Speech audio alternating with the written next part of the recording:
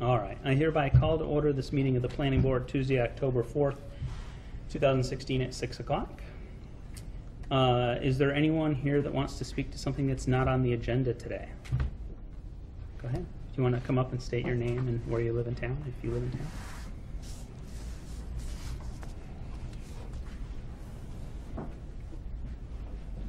Hi, my name is Mindy Cotherman. I recently purchased a property at 132 West Street in East Hampton, formerly known as Touchstone Farm.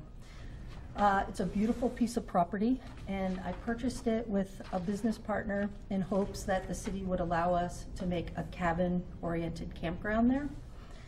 However, we've come to a little bit of a roadblock due to some city zoning. And I've spoken a couple times to Jessica about this, so if she pipes in, please allow her that. The campground falls under the community facilities in your zoning of the R35 property that I live in. And that would make us have to be a nonprofit, and we would like to run as a for-profit campground so that we could pay taxes to the city and not have to look for any tax exemptions. So what Mindy is getting at is that I'd like to work with the board to try to put together a zoning change.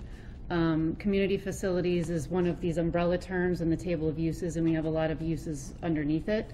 The way that the zoning defines community facilities is that these entities have to be either governmental or nonprofit entities in order to meet that community facilities definition. However, there's a lot of uses under there that could be for-profit. The hospital's listed under there, nursing home, and we have solar facilities that are listed under there as a community facility, which are typically for-profit structures, that there's a lease agreement and somebody's making money off of that. And so I think it would be worthwhile for the board to consider a possible zone change, and we can add it to the agenda next meeting for a discussion, a more formal discussion. But as we know in the past, that when it comes to zoning changes, it's always helps the process along when we have a business that's directly impacted. If you go back to residential kitchens, and now we have small ovens sort of as a result of changing the zoning to allow residential kitchen, and it allows that economic growth to happen in the city. And so I'd like to request that the board put it on the agenda for the next meeting, and Mindy and her business partners would like to participate in that process to sort of move it along so that they can move forward with their business, and that this definition that was called out by the building inspector, who's also the zoning enforcement officer, identified as an issue. So I think Jessica's right. We can put this on the agenda for our next meeting. Anyone else? Seems totally good. One quick question. I just want to make sure I understand. You're suggesting a large zoning change to the zoning itself, not an exemption for the specific case. we can't just exempt it. We don't have that ability to do that. She'd have to go for a variance to the Zoning Board of Appeals, and we don't have use variances as it is. So it's a pretty simple change. It's either, and we can discuss this at the next meeting, would either modifying the definition or striking the definition, and I think that would solve it. And in the meantime, I'll reach out to the city attorney and get some feedback from him as well. Thanks for coming up today. Thank you. Looks like we'll be seeing you next meeting. Yep, it sounds like it. Thank you. Anyone else from the public that wants to speak on something not on the agenda? All right, the next item we have here is the minutes from September 20th. Has everyone had a chance to review those minutes? Yes. Any modifications or changes, requests? I have an extra copy here if anyone wants to peek. My name is spelled right. I move to approve the, what did you say your name was spelled wrong? No, I said my name was spelled right. Okay. Oh. I move How to unusual, yeah. approve the minutes from the September 20th, 2016 meeting. Second. All in favor? Aye. Any opposed? No, it's unanimous. Okay. So our first item here is an A&R for Pomeroy Street with Donald Sikowski. You want to come up and tell us about it? If you don't want to come up, I think it's fine if you say your name and sit. It's up to you. A&R's right in front of you. Good evening. My name is Donald Sikowski, lifelong resident of East Hampton, and live on 86 Pomeroy Street. The land's been in the family approximately 60 years, and it's just time to sell a couple lots off, and that's what we're doing. And we're gonna, that's about it, because we're gonna sell a lot, and then somebody's gonna build the house. And, good luck to them. Okay, so you're requesting endorsement for one building lot. Do you want to come over here and show me on this map, maybe what, come over here and show us? Can't hear you. I have hearing impairment. Sorry, That's my I'll try to voice. speak up. Come on over here and show us what we're looking at. You got the frontage? This will be the last lot four. Border Southampton. Yeah. There's extra lots there yet. Okay, so this is the one. Yep. And the frontage here is 120? Huh? It's 120 feet of frontage there? Yeah, 120 feet of frontage. Holmberg did it, so everything is legal. And it's zoned properly. So, I don't see where there's any problem. Anyone have any questions? Concerns? Okay, nothing? So is there a motion to endorse? I make a motion we endorse, which one's it? Pomeroy Street, lot, what was that, lot 4? Yeah, lot 4. Lot 4. Is there a second? I'll second it. All in favor? Aye. Aye. Any against or abstentions? It's unanimous. Thank you very much. Jess, what do I need to sign here? I have a pencil, not a pen, so I might need a pen. Oh, perfect. See if one of those works. What is that? Sign, 22 Pomeroy. you have to sign the Mylar. Don, how many Don? Don, How many copies do you Don, need? Donald. how many copies do you need? Do you need one? I need the Mylar, and I need maybe 3. You need 3. Just Okay, where? sign As long as you keep Just enough where? for yourself. right here, during the signature line. Yep, yep. Can I have one? So how you been doing? How many? All of them? Is that what you He said? wants 3 plus the Mylar. Is that working? I have been going over it since my mother was too low. I got a couple problems now. And he got me running here, running there. Okay. Appreciate that. I think Bernie with me twice in 6 months. Haven't had a good argument. Haven't you been There we Goes in and out, I need, That's Usually into unusual. that one, that's weird. No, I know. What is Thank it? you Oh, this is, very this Thank is, you. Yeah, this is like the drawer of lost here. do I need to sign another? I need 2. One for planning, one for city clerk. You want this to take tonight? Not that important.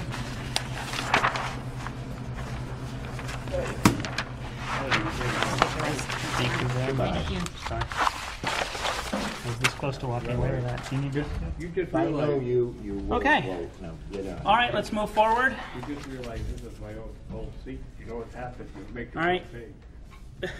Off you go.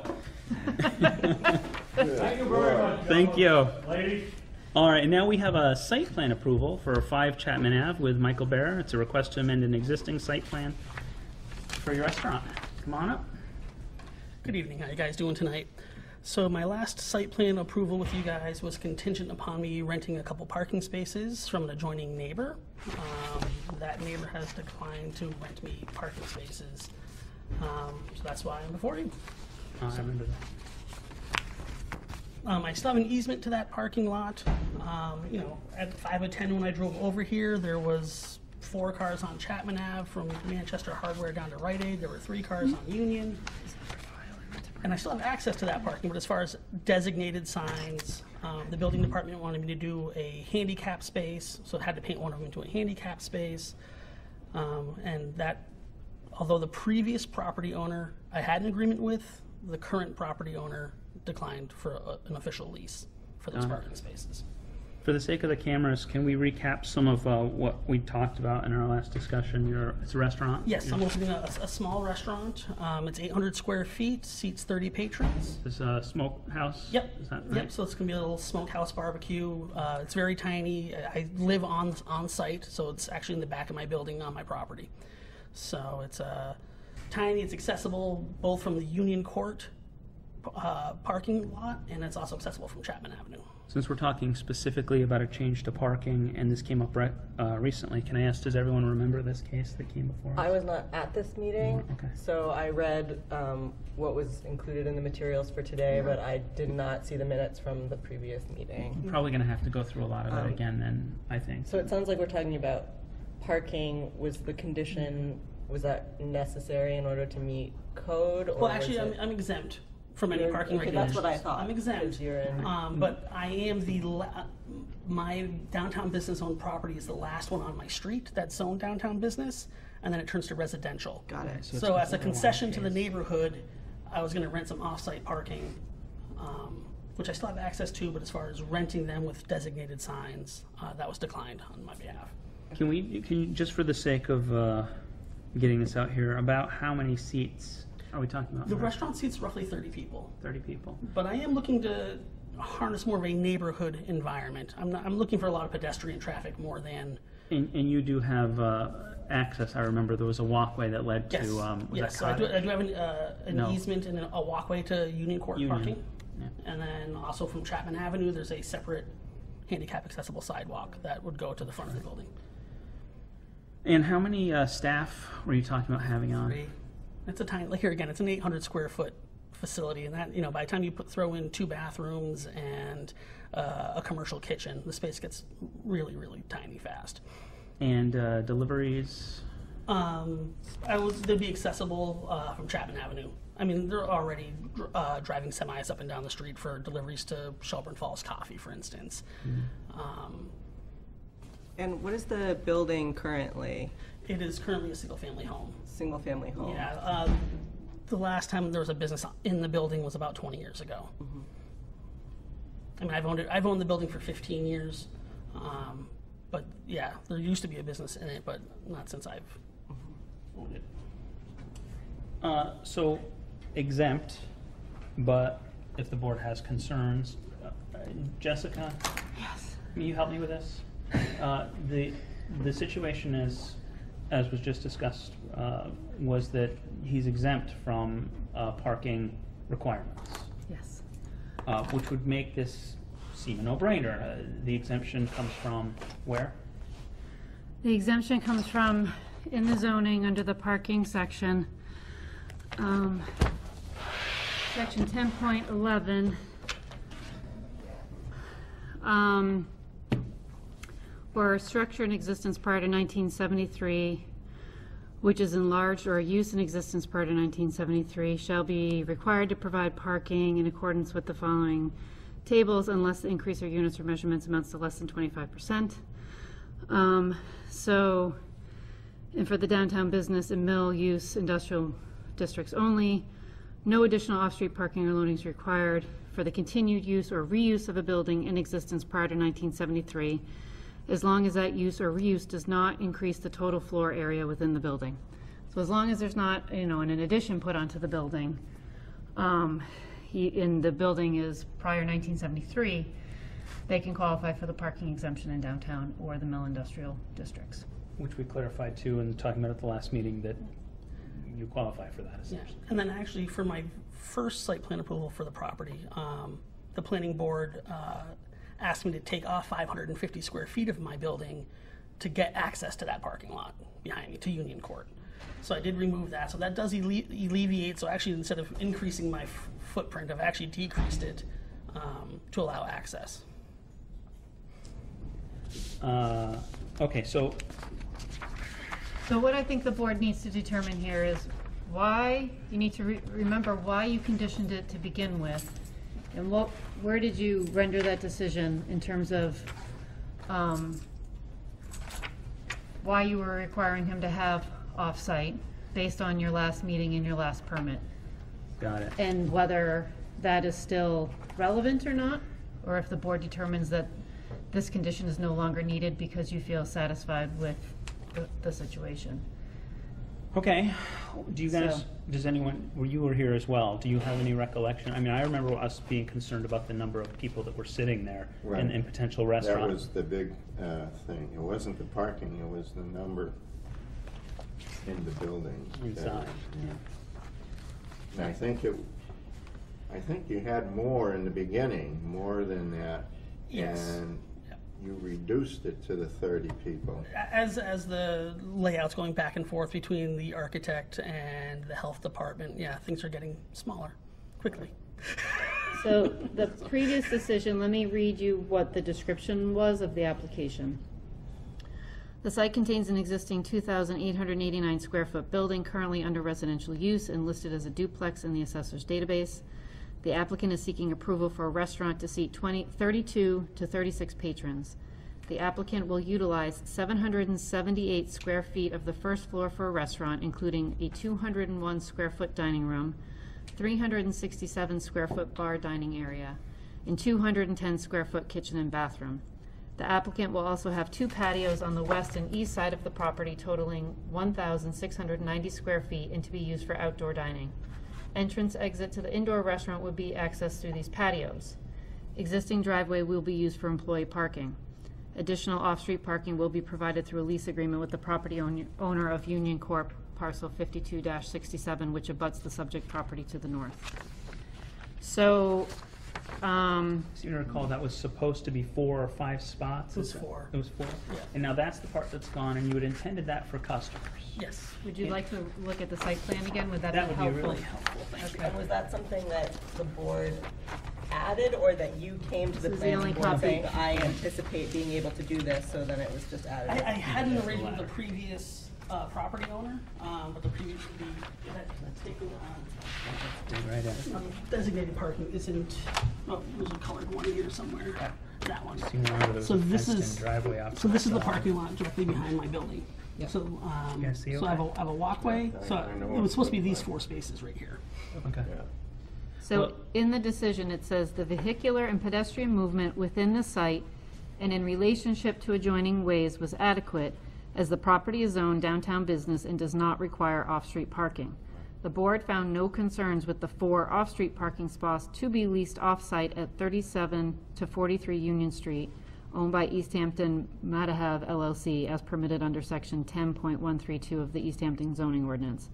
Pedestrian access would be from the sidewalk on Chapman Avenue or from the sidewalk from Union Court.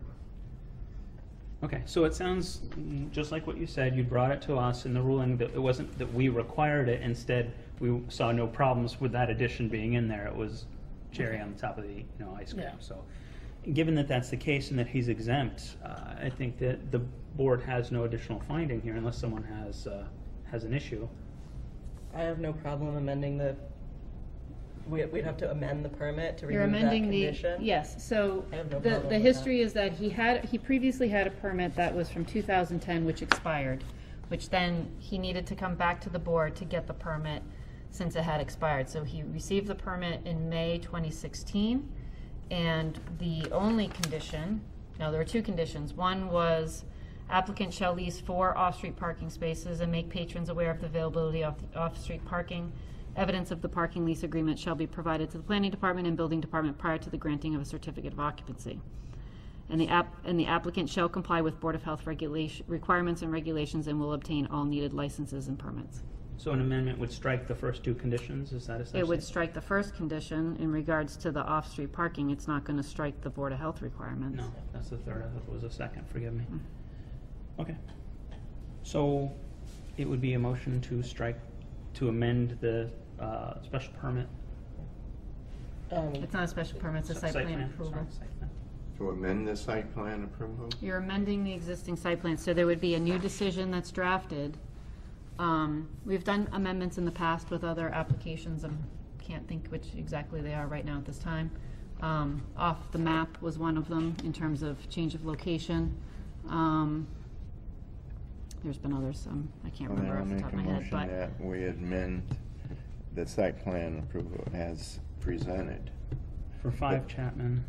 for 5 Chapman, and that'll only take care of section 1, it only, not the Board of Health. correct. And so just for the decision, I need an understanding of what your finding is in terms of to strike that condition. So, because I had to run out to get the old filed. So if you Something- could just I'll throw this out. You guys can help me. reiterate what the finding is that allows you to eliminate the condition. The finding is that the requirement was exempted. Is that simple enough? Yeah, it was exempt to Additional parking beginning. is not required under the zoning ordinance because the property But it is- wasn't, so you need to No, you understand that don't it need to wasn't do that. required previously, but Right. you did require it. So there was a reason why you required it. Okay. So you need to remember what that reason was. And I actually honestly think it was tied to his previous application from 2010, and that there was concerns presented at that time by the fire department that the street was not wide enough. And at that point, you had required, I think a condition of the permit was to provide off-street parking. Correct me if any of this is incorrect, but I believe, I wasn't here at the time in 2010, but that was my understanding, is Yeah, that the that- condition about the 4 off-street parkings was in that 2011 decision, January 2011. And that was in regards to the second story of the home. I was going to turn into a bed and breakfast.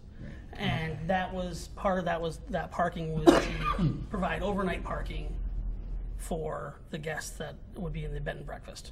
So it was the police department that had, who had supplied concerns about on-street parking in 2011. However, neither the fire department nor the police department provided any concerns during the last permit in 2016. So, you know, his permit, this permit expired. Technically, you really can't be pulling from that discussion. You need to be looking at it as a new application and a new permit because some of the use has changed. You're not having the bed and breakfast like previously thought. So since nobody provided comments, I think, in 2016, and there's been no expressed concerns from any other departments, you know, that's another. As to why I'm it just trying, shouldn't yeah, be I'm just carried trying to over provide you the first. history Yeah, okay. of how it came to this. So the finding then would be that with the, That the use has changed since the, Right. since the original since the original permit. application in 2010, And- and no comments were received. And the dining area is smaller than originally Mhm. applied for. Yeah, it is small. Yeah. Just trying to cover you legally, that's all. I'm grateful for it. Do you feel you have enough? I think so. Okay. So I believe Chet had a motion. Is there a second? Second. Any further discussion? All in favor? Aye. Aye. All against or any abstentions? It's unanimous. Thank you very much. Thank you for your time. Thanks. Have a great night. All right. Who seconded that, Libby? I did. Oh. Would you please pass that back to us? All righty. Next, we have administrative items. The industrial manufacturing permitting requirements report. That was a fun read. It's almost 57 pages of joy. But it looked like something that was important and essential. Who wants to take lead? I saw your name was on it too. I just came to, there was a public forum that was held for business owners mostly, and I just sat in on that meeting. That was led by the Pioneer Valley Planning Commission. My understanding is that you helped Here's put, it. put forward Did you this make a request. copy? Yes, I'm passing Oh, it down. I sort of took from it, Jessica, 2 main points. One is about increasing our costs because they're way too low, and the other was about by right uses for some thing. Did I get that right? Is there more? Yep, I think that's, you know, so the big thing, and this is a lot of what the business owners talked about at the forum, and the staff from PVPC also talked about from their experience in Westfields, when he was the city planner in Westfield, is, you know, when you're looking at industrial manufacturing uses in an industrial manufacturing zone, those are the types of uses that you're directing to those areas, and so you shouldn't be putting additional burdens permitting wise for an industrial use in an industrial zone. However, there is this understanding that those are the types of uses that potentially could cause the biggest nuisance issues in terms of smoke, air, noise, lighting, traffic, deliveries, all of that stuff. And so there needs to be some, it can't just be a by right use that goes in without any sort of review process, that there needs to be some review process in terms of the site plan. So site plan approval is by right uses that have some review process by the board so that you can look at all those different criteria that are in the zoning that we look at: traffic, parking, noise, blah, blah, blah. But it still allows the use to be by right. So there's no chance, there's no risk involved by a business. So a lot of businesses may shy away from coming into a community because they don't want to go through the special permit process. They're worried about massive pushback from the public, you know, that risk involved. So there's a delicate balance that you need to have. And by allowing a site plan approval process for industrial uses in industrial zones still is that happy medium where there's still some level of review, but it is less of an issue for a business to feel like they're taking a risk by spending the engineering money and the pre-development money to go into a community. So it's that kind of that balance between the two. And that's part of what this report was talking about. And you looked at many other surrounding communities to see what. They did. balance might be. They compared us to, I think, 8 different communities in terms of how we permit industrial manufacturing uses. One of them, I seem to recall, had costs that my eyes opened. I think there were $2,000 to $5,000 on one of them. Yeah. So And we were 100. we're $100. In So- terms of how you want to proceed with this, I think it's clear we need to do something about that. What do you have in mind? So there was a recommendation in the end about, it was H2, I think, that identifying everybody involved in the processing, reviewing of the plans, applications, and on average how much time's involved for each person, including site visits and meetings, not including only hourly wages, but also any benefits packages, which didn't occur to me. And then looking at possibly a tiered fee schedule depending on how big of an impact. So we had talked about this before, but there's some special permits that, you know, might take maybe 1 or 2 hours of my time pre-meeting before it even gets to the board, and then processing the application. But for bigger, more contentious projects that have a lot of public input coming in, and having additional data that's being supplemented every meeting, I'm gathering that information, I'm getting it out to the board, I'm making sure there's copies in the file in the city clerk's office. So there's a lot of administrative time for me. The more information that's coming in, and all of the public comments, you know, I gotta timestamp those, I keep those in the file. And records have to be disseminated to the board. So now that we're doing things electronically, it saves some time because it's just a one-time, move it over to the Dropbox and we're good to go. But it does take time, and then getting comments from the departments and stuff. So all of that takes time, and that's what I'm doing behind the scenes before it even gets to you. Filing legal notifications, doing abutter notifications, working with the applicant, and answering any questions they might have prior to coming here. I have 2 questions for you. One Yeah. is that it mentioned, and you just mentioned, taking into account your time, benefits. Is there a process that you're starting to do that, to try and calculate what your... I haven't at all, but I'll have to start trying to track a little bit better how much time it takes me to process these. Yeah. The other was that I noticed one of the communities, I think it might have been Northampton, forgive me if I'm misquoting, but in addition to having higher rates, for square footage on the upper level properties, they charged an additional, I think it was 5 cents per square Per foot. square foot, yeah. Do you think that the square foot of the property has anything to do with how much time you spend? I think sometimes it does. I mean, if it's a 30,000, think of Chem Metal. Chem Metal was a recent application that was, you know, we don't have a lot of new additions. We typically have a lot of reuse of existing buildings. That's often what we see. We don't generally see projects that are new projects on open land, because we don't have a lot of open land left to develop in East Hampton.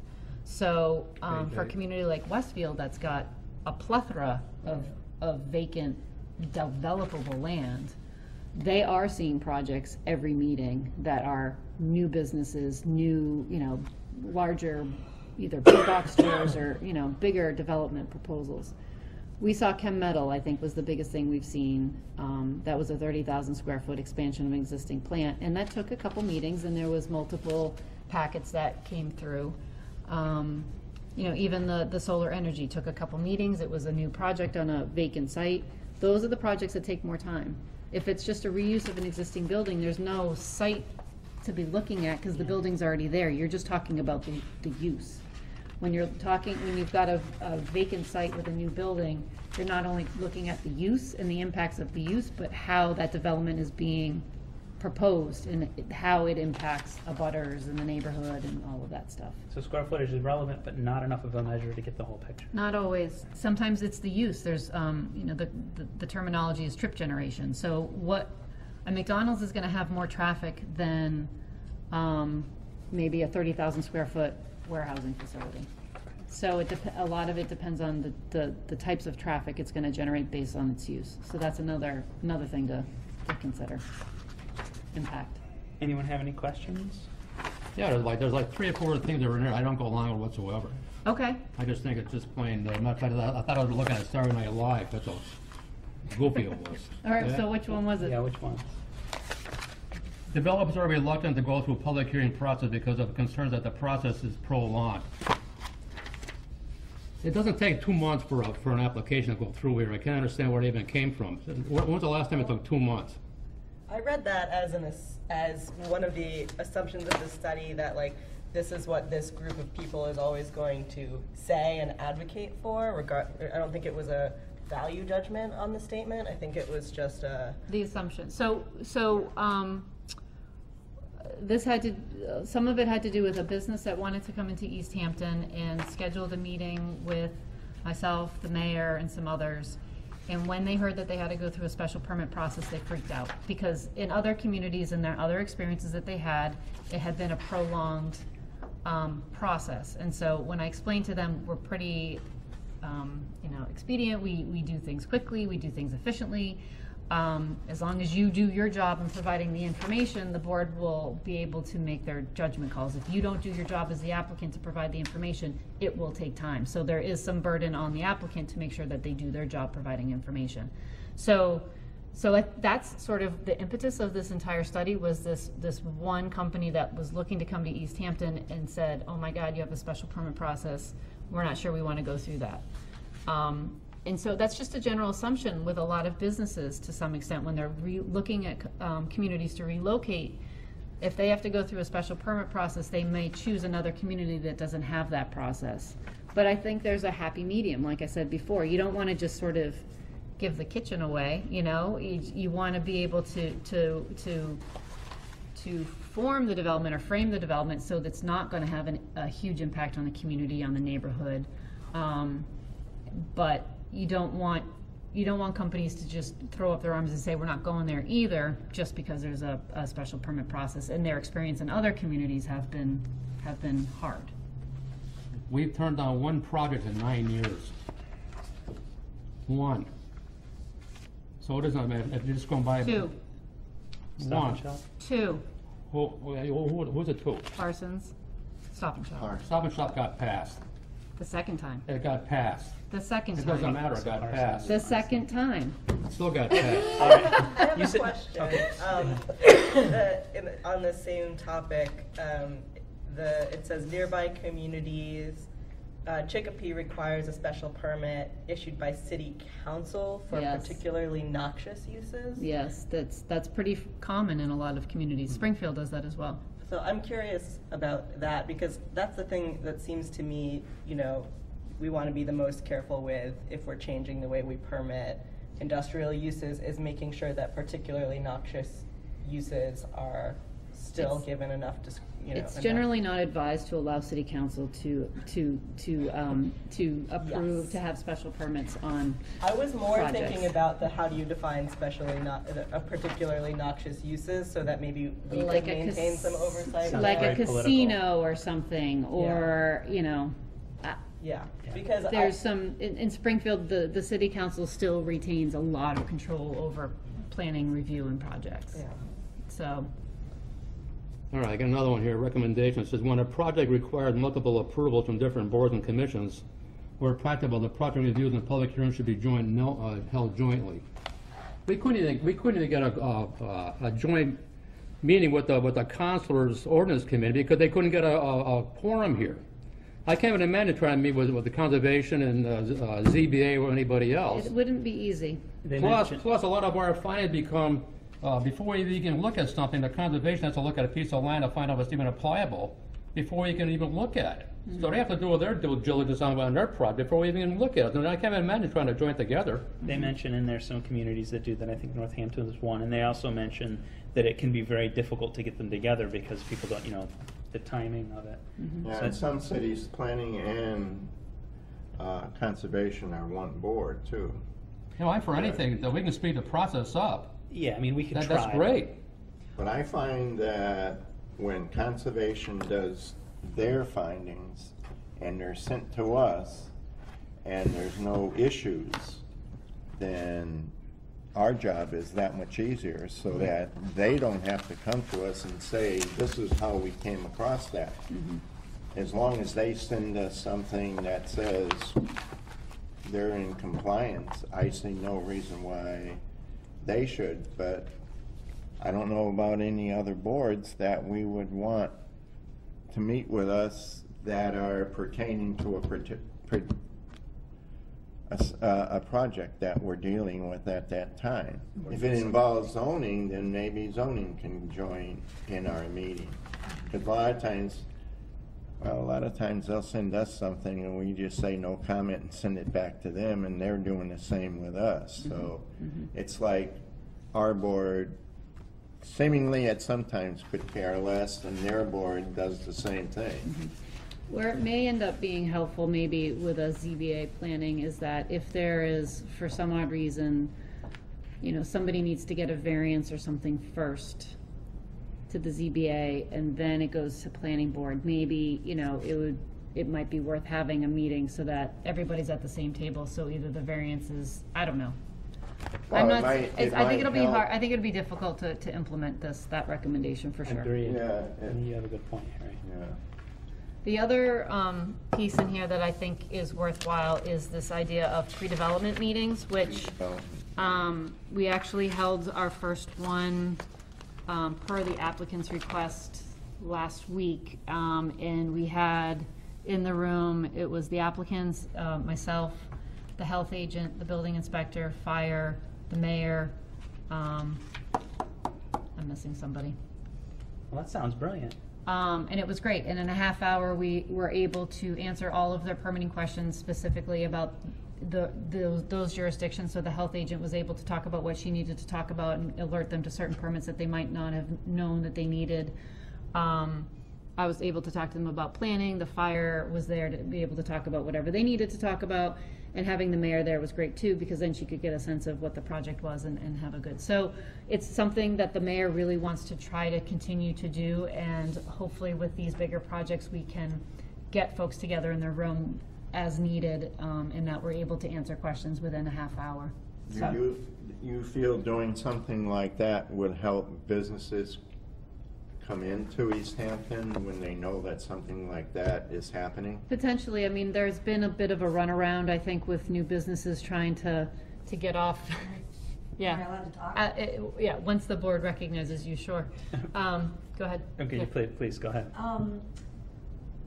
Before I made an offer on the property that I did purchase, I actually came and spoke with Jessica.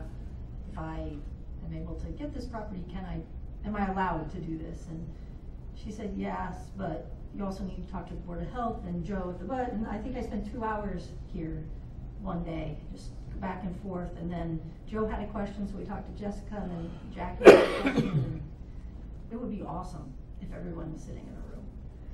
I think couldn't that agree would be more. the best thing for a new business And coming in. as long as you guys get it Absolutely. right, because if that happens and they think they prep it and then Absolutely. come in, so, you know, Right, I think and- you guys could probably use a process plan for how to Right, put that and together. I typically meet with, I would say 95% of the applicants, I pre-meet with them before they submit anything to the board. Now, how does that affect costs to have the mayor in the room and the building inspector? I don't know. I mean, I just think it's something we feel like is the right thing to do, and it helps streamline the process, and it helps answers questions in a half hour rather than having somebody run around Yeah. the office trying to track everybody down and getting conflict. And there was one instance where the health agent questioned something and thought something was a concern, and the fire department corrected her and said, nope, that's covered under the state law and it's all good to go. And she said, okay, great. So, you know, those two differing opinions on something were hashed out right then and there within 30 seconds, rather than having somebody go bounce back and forth between two offices. Sounds Helping really good each overall. other helps the town itself. The expense, I think, if it was an expense, would be well worth it if someone coming in right off the bat knows where to go, and this is what you have to do, here it is in black and white. And then they could leave knowing what has to be done, rather than seeing you and then going to zoning or going to the health agent. I would Yeah. love to see something come of that. That's one Yeah. piece I'd like to That definitely would see. probably. Mayor's pushing it. It would It's help the definitely- planning board for sure. Yeah, it would help all the boards. Well, actually, Yeah, yes. it would help everybody. Speaking of having something come of this, what is the next step for this? So, the next step, I think the first thing is for us to look at the fees. I think that's the easiest thing for us to do and the first thing that we should be doing. The bigger challenge is gonna be looking at the table of uses, to look at special permit versus site plan approval. And I'm hoping that there'll be some grant money that's available, to hire either PVPC or some other consultant to maybe do that for us, to have an outside entity, because I don't necessarily have the time, unfortunately, to take it on myself. So PVPC often offers free technical assistance to communities, and since they did this report, it could be a nice way to fold them in to sort of take that next step and start doing a review of the table of uses. Do you think it might be something where we could keep a rolling agenda item until you get that report, or do you want to wait till? Let's wait till I get some Okay. money to Okay. have somebody do it. All right. There was one recommendation in here I'm curious to hear your opinion on. Oh, the decision part? Yeah. Yeah. You got it. So, F2. I think it's a great goal. Again, this is coming from somebody who worked in Westfield as a bigger community and had more staff. Northampton, so in my office, there's me who's full-time, I have a half-time assistant and a 3/4 time grant administrator who primarily works on CDBG projects. In Northampton, they have a director, they have somebody who works primarily with just the planning board and reviewing all of the development proposals, they have a conservation agent, they have, CPA administrator, they have bigger staff and bigger capacity. So I think it's great if I have the time and the capacity to put decisions together, and maybe for those bigger projects, it would make sense to do that. I don't think I necessarily have the time or capacity to do it for every single meeting and for every single. Just for the cameras, can you tell us what it is we're talking about here? So this is the idea was preparing draft decisions with standard conditions and suggested additional conditions prior to the board even meeting.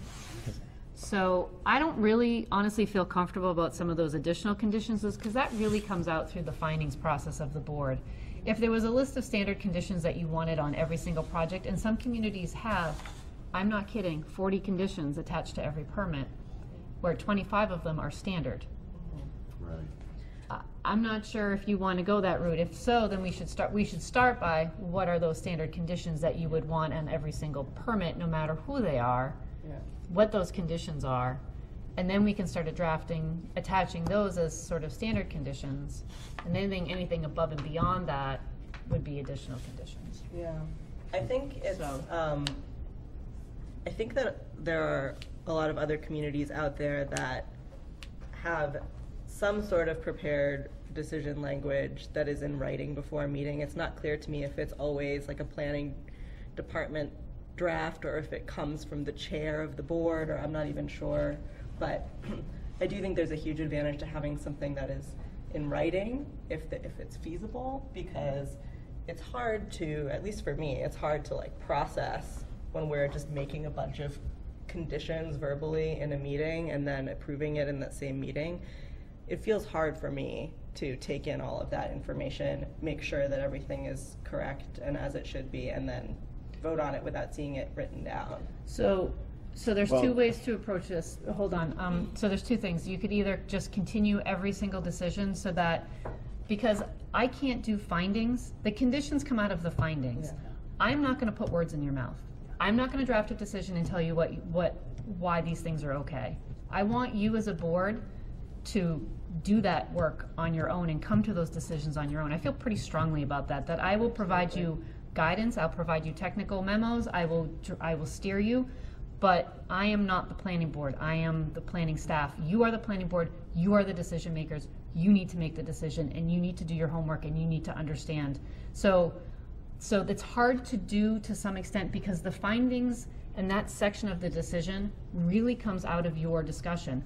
That language on why you find the traffic not to be an issue is based really on your conversation. So it's hard, I don't want to put a draft decision together and say, I think the traffic is okay because of my preliminary meetings that I've had with applicants that is not on the record. Do you see where I'm getting at? It's a little bit, I do think you do a really good job, and it's fairly recent, maybe a year and a half, where you give us points to keep an eye out for that are relevant, that have come up in discussion, and that part's very helpful. Go ahead, I'm The sorry. thing that I have, when we do make conditions after the decision is made, and I do find it very hard to put in words sometimes how to make a decision. I know what I want from it, but when we do the conditions, if we were to make a list that everybody goes by, whether it be 10, 15, or 25 lists, no matter who you are or what you are, these are the things we have to condition your project with. Who enforces those? well, it depends on what the condition says. That's building Right. inspector. Building inspector. And Who is it's- retiring in 2 Yeah, weeks. it's rare. Yeah, I know. I'd like to make a comment too, and it may be too late, we may have just missed it, I'm not sure, but Right. when I went for my level 2 training at the Citizen Planner Training Conference, one of the courses was on drafting defensible decisions. I think that may have actually been the title. It was really quite helpful.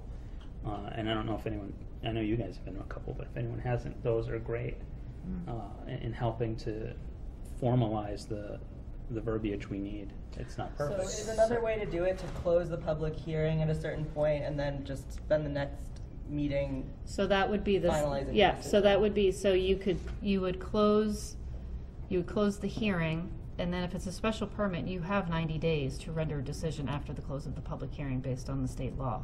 So you could close the hearing, I could draft a draft decision, provide that to the board for review, make sure that the conditions read the way that you want them to read, and then you vote on the decision at that meeting, and then it's finalized. And then when that's the case, whoever's chairing can sign that decision that day, and then I can timestamp it the next morning, and then it's, Yeah, I agree with that. I would personally love to move to a model like that. I think it would make for much stronger, more defensible, more thoughtful decisions. Right, and we wouldn't be with whoever's sitting there waiting for us.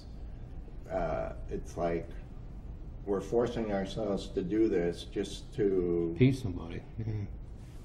to make the decision and haphazardly give it to them, and then all of a sudden, either a day or two or a week later, you say, oh, there should have been something else said or done.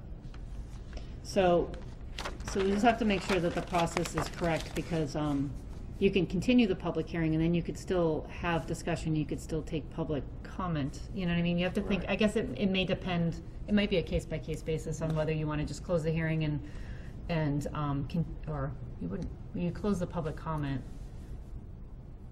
I have to go back. tricky. Yeah, you have to make It's sure it's tricky. right, You'd have to but I make think in the class that I took, the recommendation was to end the public You can- discussion. You can end the public discussion, but you keep the hearing open so that the board can Right. still deliberate. Correct. So you close the Yeah. public comment period, keep the hearing open. That gives you the ability to deliberate and change the decision once you're looking at the draft. Right. I think that's right. Okay.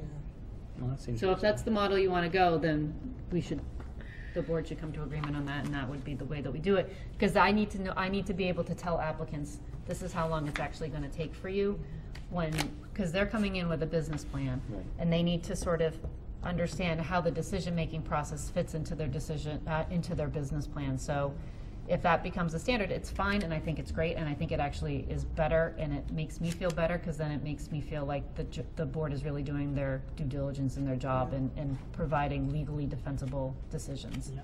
which is really what you need to And be I doing. think it would allow us to keep the public comment portion to one meeting, generally speaking, Correct. unless there was so much public comment that we had to continue it. Sure, sure. Right. But I we think could that's a do it great in one idea. meeting, and then Right. that second meeting, which usually, it often takes 2 meetings, but there's often public comment in both meetings, which can, I think, actually slow us Oh, down. couldn't agree more. Yeah. And make it harder to make a thoughtful decision. So, but keep in mind, it's hard for me to draft the decisions without some discussion by the board and findings. So you would Yeah. need to take public comment, Do and then round still one of have discussion, and have then exactly give it still to have you. discussion, and then come back to that discussion to make sure that you got everything. I think Right. that sounds great. I think it's something we should do, and it seems like we have general consensus. Perhaps we can add it as an agenda item and have an official Because we need to let people have time, I think, to. I don't think so. I don't think you need to have an official vote. If this is the way you want to conduct business, then we can. It's this too bad is- that our Well, chair is. That's okay. I'm sure he would agree, actually. alluding to- I don't want to put words in his mouth, but he is an We're gonna attorney, tell the so- chair Yeah. who's gonna run the meetings from now on. Yeah, that's fine. No. I It'll be in the personally minutes. would take it that way as long as everyone else agrees to it. Like you said, I don't think we need a vote, but it'd be good to get a consensus that if everyone's on the same page, and then we'll let Jesse know later. Well, if we don't have to take a vote, then it's easy to let him know, and if he has a disagreement, I'm Oh, sure that's he'll right. let If us he know. has- So there it he is. can do Yeah, but if the majority of the board wants to conduct business this way, then this is the way that we'll Are do there any it. dissenters to Yes. this right now, just so we know? There you have it. Okay, all right, sounds good. Okay. So that's how we'll do it moving forward. And we'll You'll get just it. check and make sure that we have the actual precise administrative steps are right. Yeah, Yeah. yeah. I think Oh, And yeah, I think I if know. I can, Yeah. and if it's something easy like a site plan approval, I'm just thinking like our downtown businesses that are trying to just, they're just moving into an existing retail spot downtown. If I can try to get a preliminary done before that meeting for those smaller uses, then, I'll do my best, and maybe it's just a matter of the majority of it's done, I just have to fill in some blanks and we can be done I can do it the next day. Rather than hold those uses up for 2 meetings, because those are much smaller. This is for more of the bigger stuff. You could probably have a template for I like do have a downtown template. business that just, I do, Oh, that would be yeah. good. Templates. I definitely have Templates are boilerplate, good. for sure. So in addition, at some point in the near future, there'll be an agenda item when the PVPC gets you some additional information on pricing, and we'll continue this discussion. This Right. well-done report isn't just gonna go away. Right. Okay, good.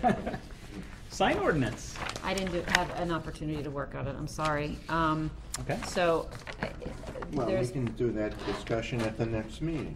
I can try, I will try. Okay. All right, so we'll do that and keep it on here. Yep, go ahead. I don't have any board opinions or anything else. Is there any There's- administrative that you have? Yeah, so the next meeting, Mount Tom Estates, which is on East Street, 311 East Street, they have submitted a letter for letter to release the letter of credit, the performance guarantee for the property. So the board is going to need to conduct a site visit for that business. The question is, does the board want to conduct a site visit prior to the next meeting on the 18th, or do you want to wait to hear from the applicant first and then conduct a site visit? Is the reason we might wait because they might not be at the meeting, or you're thinking? No, I'm just asking what the board's preference would be, whether you want to hear from the applicant first before you conduct a site visit, or would you like to conduct site visits on your own, or do you want me to try to schedule one with the applicant themselves? I say beforehand. Anyone else? Is that the one by Pardon Street? I'm sorry? Is that the one by Pardon Street? 311 East Street, so it's Mount Tom Estates. it's past Parsons Street. if you're Past coming Parsons. From Clark. It's across the street from the farm, kind of near the church. I mean, it'd be It's helpful. tucked in. Just past. Oh, okay. Kulig, Yeah, by Kulig's development. By Burt's. I mean, if I had the Or it's information fine. Yes. for whatever the request is, and maybe your preliminary stuff that you give out, that would be enough fuel for me to know what I'm looking for while I'm in there. Yeah, I So if we agree. did it beforehand, would we be having access to that stuff? Yes, I can, what I can do is I'll pull a copy of the decision it's a $75,000 letter of credit, so I can give you the decision of what the $75,000 is to cover. And I can try to find, this is old stuff, this is an old development, so I don't know what I have digitally. That's part of the problem. I think most of the stuff I have, I mean, I can send you what they sent is actually already in the Dropbox folder for the next meeting, so that information's already in there. So if you want to access the Dropbox, there's a site plan in there, there's a letter of credit in there, request, and there's other stuff, I'm pretty sure. We had a walkthrough there about 5, 6 years ago, or wherever it was. So should we About try to 5 schedule years. that now? Yeah. You guys in I have it in agreement? my phone. I already walked through the thing once. I need my own calendar, but You said the meeting was on the If you 18th. go- it's on the I'll get it 18th, so it's figured out. next Tuesday, 2 Tuesdays from now, so do you we want to need do like give a couple of dates because the applicant will have some input on whether the dates are accessible, or does an We can- intelligent applicant so say we yes could- to whatever That's what I'm the saying, we planning could board- go either way. If you want to, you could go on your own, I can send you the information, I could put it in the Dropbox, and you can go on your own and be prepared for the next meeting on the 18th. That's one option. If we go on our own, though, Don't we have to warn the applicant that people are gonna be wandering the property? mean, I can let them know that the planning board members will be going on their own. I mean, it's a, randomly I think I got I think potential I'd like customers. the developer to be there, so Okay. that They may You think are that the we're one. Yeah, customers. they were Okay. customers. they might think you're customers. There is a unit for sale. So, You're so smart. Saturday mornings, or, I mean, that seems to be, Yeah, okay. Usually the mornings are good. What's the Saturday before the 18th? the Anyone? 15th. There you go. Saturday the 15th. okay, so October 15th. What time works for everybody? You want a morning or an afternoon or, Morning for me. Get it out of the way. yep, like 10, 9? Doesn't matter. Earlier the better for me. I like doing How stuff. about you guys down there at the other end of the table? Whatever is convenient for everybody else. 9? Let's do Sounds good. 9. 9, Awful Jim? early. 9? Okay. I'll see if they're available on October 15th at 9 a.m. Would you please send an email to the board reminding them of this? Yes, Specifically me. yes. Thank you. Any other administrative items? No, that's it. Okay. I think that's it. Is there a motion to adjourn? You got it. I make a motion, we adjourn. Second. Second. All right, all in favor? Aye. Thank you very much, everyone.